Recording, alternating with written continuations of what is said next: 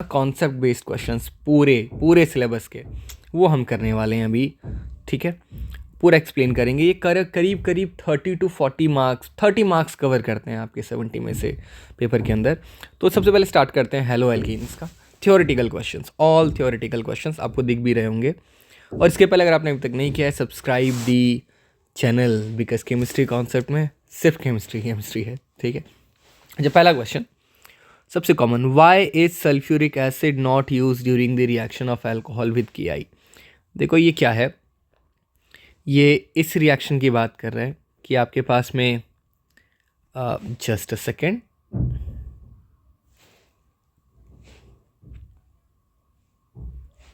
Yes, आपके पास में ROH है, ठीक है।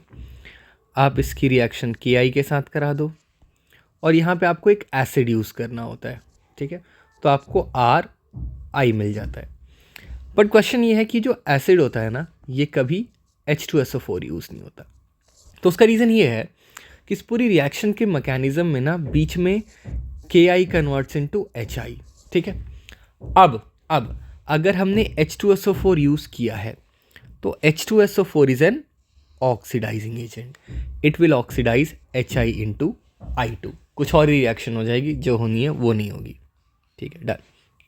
अगला, although chlorine is an electron withdrawing group yet it is orthopara directing in electrophilic aromatic substitution, why। ये क्या क्वेश्चन, देखो क्वेश्चन ये है कि जो बेंजीन के ऊपर अगर एक क्लोरीन लग जाए तो क्लोरीन एक इलेक्ट्रॉन विदड्रॉइंग ग्रुप है, और जितने भी इलेक्ट्रॉन विदड्रॉइंग ग्रुप होते हैं ना वो मेटा डायरेक्टिंग होते हैं। बट हमारा क्लोरीन ऑर्थोपैरा डायरेक्टिंग है। उसका रीज़न क्या है? तो उसका रीज़न ये है कि क्लोरीन जो है वो रेजोनेंस शो करता है, प्लस R इफेक्ट, रेजोनेंस, ठीक है। तो आप इसका आंसर भी लिखेंगे, पूरी कहानी यहाँ पे सीधा है, chlorine is ortho para directing because it shows plus R effect, ठीक है। Chlorine is ring deactivating because it shows minus I effect. दो अलग अलग चीज़ें होंगी। डीएक्टिवेटिंग क्यों है? क्योंकि माइनस I इफेक्ट शो करता है। और ऑर्थोपैरा डायरेक्टिंग क्यों है? क्योंकि वो प्लस R इफेक्ट शो करता है। और कोई कहानी नहीं। और अगर ज़्यादा नंबर में आएगा, लिख ही रखा है मैंने, अगर 3 नंबर से में आ गया यही क्वेश्चन मान लिया, तो आप रेजोनेंस स्ट्रक्चर ड्रॉ कर देना। अगला फेमस क्वेश्चन है, what is an ambident nucleophile. तो देखिए, एम्बिडेंट न्यूक्लियोफाइल हम सबको पता है, वो न्यूक्लियोफाइल जो दो तरफ से बॉन्ड बना सकते हैं। An ambident nucleophile are the nucleophile having 2 nucleophilic sites, ठीक है। फॉर एग्जांपल, जो हमारा साइनाइड है वो कार्बन की तरफ से बॉन्ड बना सकता है टू गिव साइनाइड्स, या नाइट्रोजन की तरफ से बॉन्ड बना सकता है टू गिव आइसोसाइनाइड। तो ये एक क्वेश्चन है जो बहुत ही कॉमन है, एग्जाम में आता है। अगला जो आपका क्वेश्चन है, जो बहुत ही फेमस क्वेश्चन है, treatment of alkyl chloride with aqueous KOH leads to formation of alcohol but in the presence of alcoholic KOH alkene is the major product, explain. पहले तो क्वेश्चन देख लो तसल्ली से, आपको समझ में आ जाए ये पूछ क्या रहा है, फिर मैं आपको समझाता हूँ। देखो ये कह रहा है, फॉर एग्जांपल आपके पास में अगर CH3CH2Cl है, अगर आपने इसकी रिएक्शन एक्वस KOH के साथ कराई तब तो सब्स्टिट्यूशन हो जाएगा, Cl will be replaced by OH। लेकिन अगर आपने एल्कोहलिक KOH के साथ करा दी तो भैया एलिमिनेशन हो जाएगा, एल्कीन मिलेगा आपको। यही क्वेश्चन है, वाई। तो इसका टू द पॉइंट आंसर है, टू द पॉइंट, कि जो एक्वस KOH होता है ना, उसमें मिलता है आपको OH नेगेटिव आयन, पानी में जाएगा OH नेगेटिव आयन प्रोड्यूस करेगा, which is a nucleophile, will replace the chlorine. लेकिन एल्कोहलिक KOH में आपको OH नेगेटिव नहीं मिलता, आपको मिलता है OR नेगेटिव। और ये न्यूक्लियोफाइल नहीं है, ये एक बेस है, ये क्लोरीन को रिप्लेस नहीं करेगा, खाली ये बगल से H को भी रिमूव करेगा, ठीक है। तो इसका आंसर, की आंसर यही है, in aqueous solution KOH produce OH negative ion which act as a nucleophile, ठीक है। In alcoholic solution KOH produces alkoxide ion which is a strong base, की आंसर। अच्छा, अभी हमने क्वेश्चन किया था ऊपर, उसी से मिलता जुलता क्वेश्चन आपके सामने फिर से आ गया है। Haloalkane react with KCN to form alkyl cyanide as the main product while AgCN forms isocyanide as the chief product. Question क्या है समझते हैं। आपके पास में RCl है, इसकी रिएक्शन अगर आप AgCN के साथ कराओगे तो RNC मिलेगा, और अगर KCN के साथ कराओगे तो RCN मिलेगा। क्यों भैया, ऐसा क्यों, ऐसा क्यों?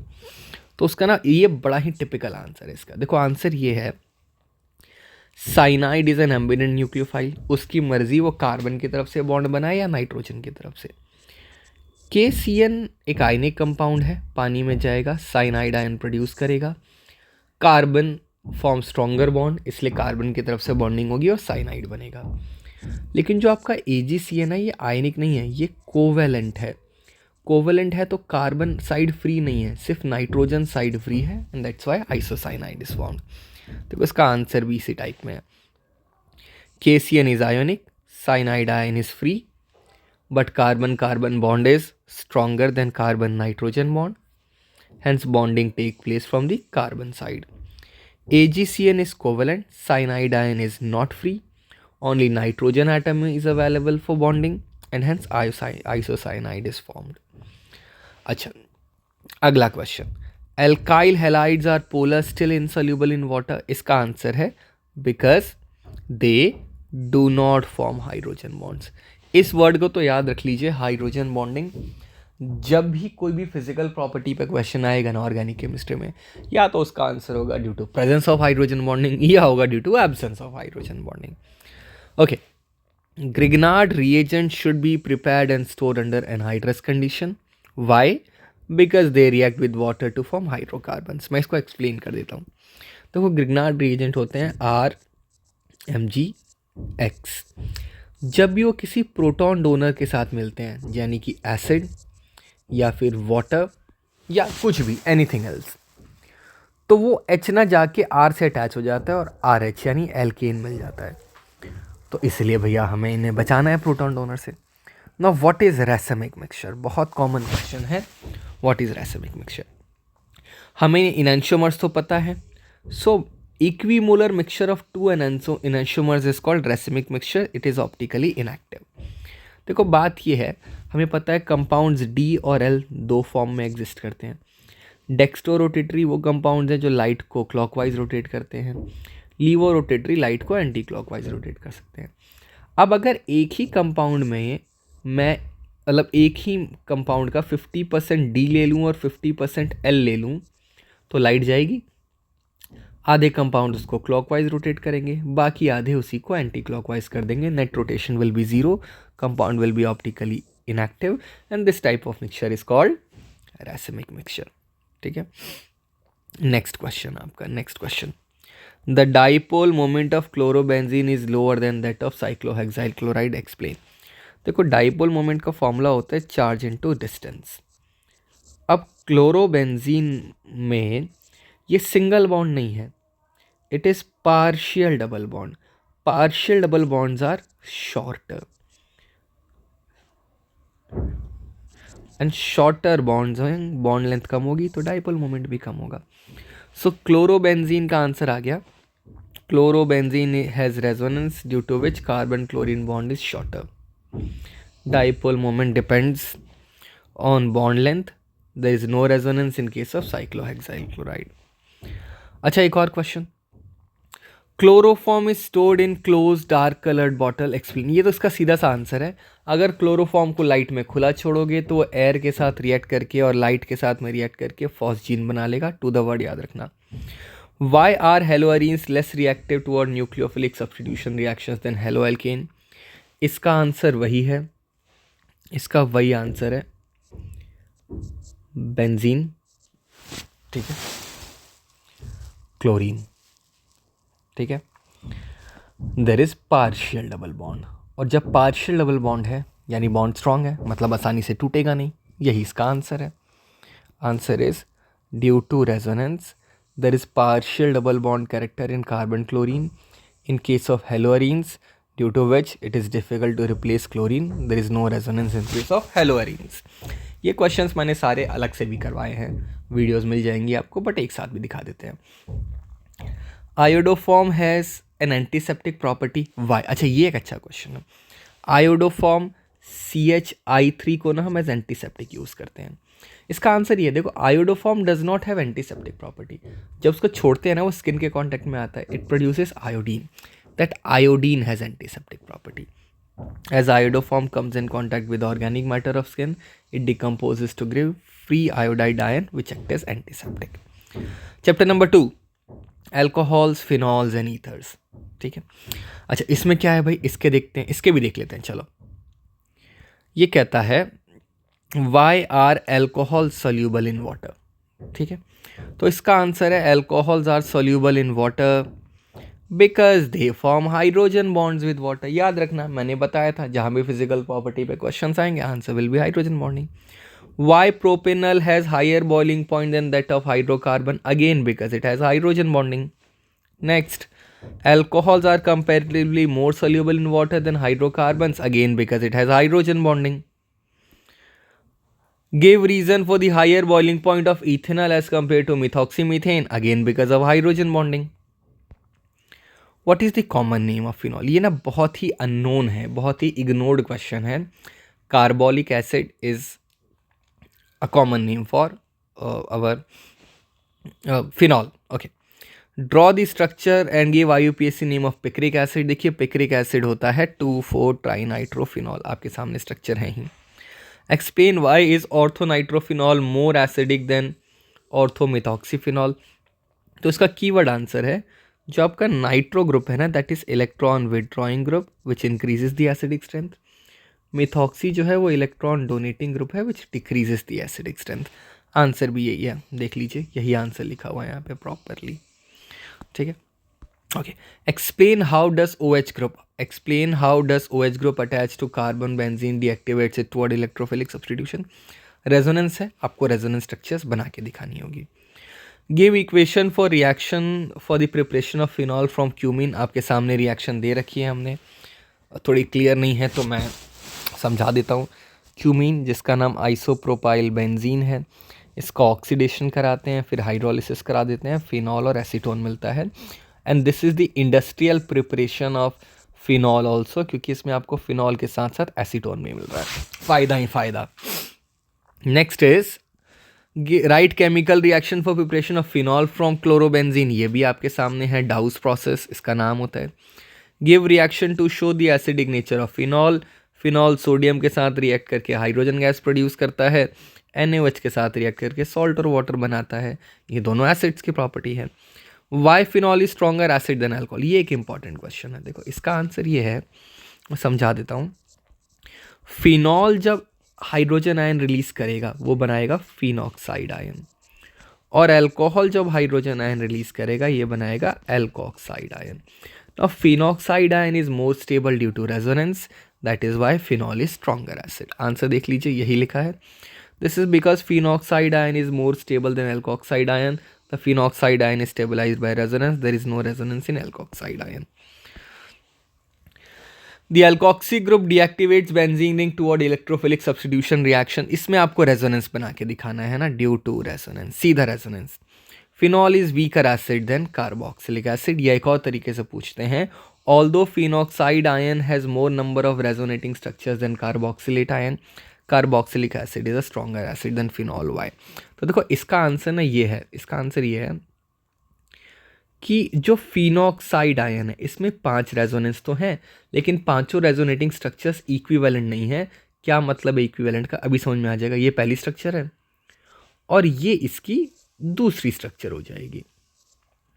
अब आप देखो, फर्स्ट में जो नेगेटिव चार्ज है वो ऑक्सीजन पे है, सेकंड में जो नेगेटिव चार्ज है वो कार्बन पे है। ऐसा नहीं होता, ऐसा नहीं होता।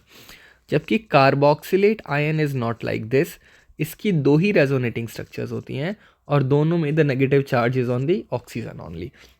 तो रेजोनेंस का एक रूल है, रेजोनेटिंग स्ट्रक्चर्स इक्विवेलेंट भी होनी चाहिए, यही इसका आंसर लिखा है। Why is thionyl chloride preferred, why the, मतलब ये बात ही हो रही है कि आपके पास अल्कोहल है, आप उस अल्कोहल से हेलो एल्केन बनाना चाह रहे हैं, तो बहुत सारे रिएजेंट्स हैं, लेकिन जो बेस्ट है ना वो SOCl2 वाला है। उसका रीज़न ये है कि इस रिएक्शन में जो बाई प्रोडक्ट्स बनेंगे दे आर एस्केपेबल गैसेस, वो बनती हैं और वो उड़ जाती हैं, तो हमें मिलता है प्योर फॉर्म में। This is because the byproduct SO2 and HCl escapable gases and the alkyl halide obtained is in the purest form. Bromination of phenol takes place even in the absence of Lewis acid. Bromine मतलब आपको catalyst की जरूरत नहीं पड़ती.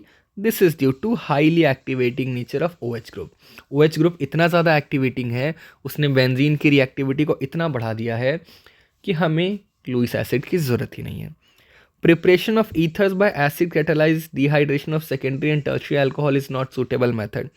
उसका reason answer ये है कि ये technically this reaction follows SN2 mechanism, और SN2 मैकेनिज्म के लिए steric hindrance is a big factor. And you can see कि secondary and tertiary alcohol are use due to steric hindrance, alkenes are formed. देखो ऐसे ही ना हर एक chapter के लिए नोट्स हैं हमारे पास, ठीक है. You can go through them, मैं इनको स्क्रॉल कर देता हूँ वन बाय वन, आराम से आप देख लीजिए. एंड इफ़ यू वांट, आप मुझे कमेंट करके बताइएगा क्या मैं इनको भी एक्सप्लेन करूँ वीडियोस के अंदर, तो मैं कर दूंगा. ये आपके अमाइंस के क्वेश्चंस आ गए, सारे थियोरेटिकल क्वेश्चंस हैं.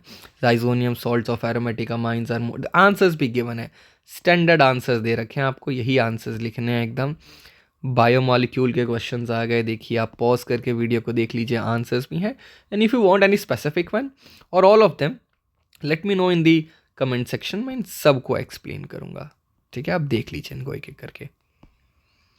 सॉल्यूशंस फिजिकल केमिस्ट्री का क्वेश्चंस आ गए इसके अंदर, ठीक है. ये देखो,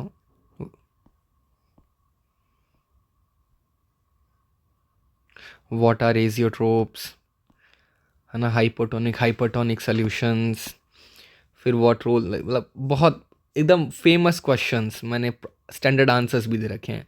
इलेक्ट्रोकेमिस्ट्री के थियोरेटिकल क्वेश्चंस कम आते हैं, लेकिन बिल्कुल आते हैं. Questions are there, answers are there, just pause the videos and देखिए इसको. उसके बाद there comes chemical kinetics, order of a reaction के, difference between order and molecularity, what type of reaction, rate is equal to rate constant, define electrochemistry, मतलब elementary and complex reaction, difference between rate constant and rate of reaction. बहुत ही ज़्यादा common questions आते हैं. ये PYQs आप देखना, यही सब है. DNF ब्लॉक तो पूरा थियोरेटिकल चैप्टर ही है, ठीक है. प्रॉपरली एक्सप्लेन, मतलब सारे इंपॉर्टेंट क्वेश्चंस हैं इसके अंदर.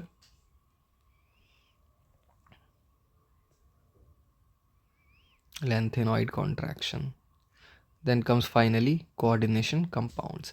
Define the basic terms, homoleptic, heteroleptic complexes. ठीक है, that's it. Thanks for watching.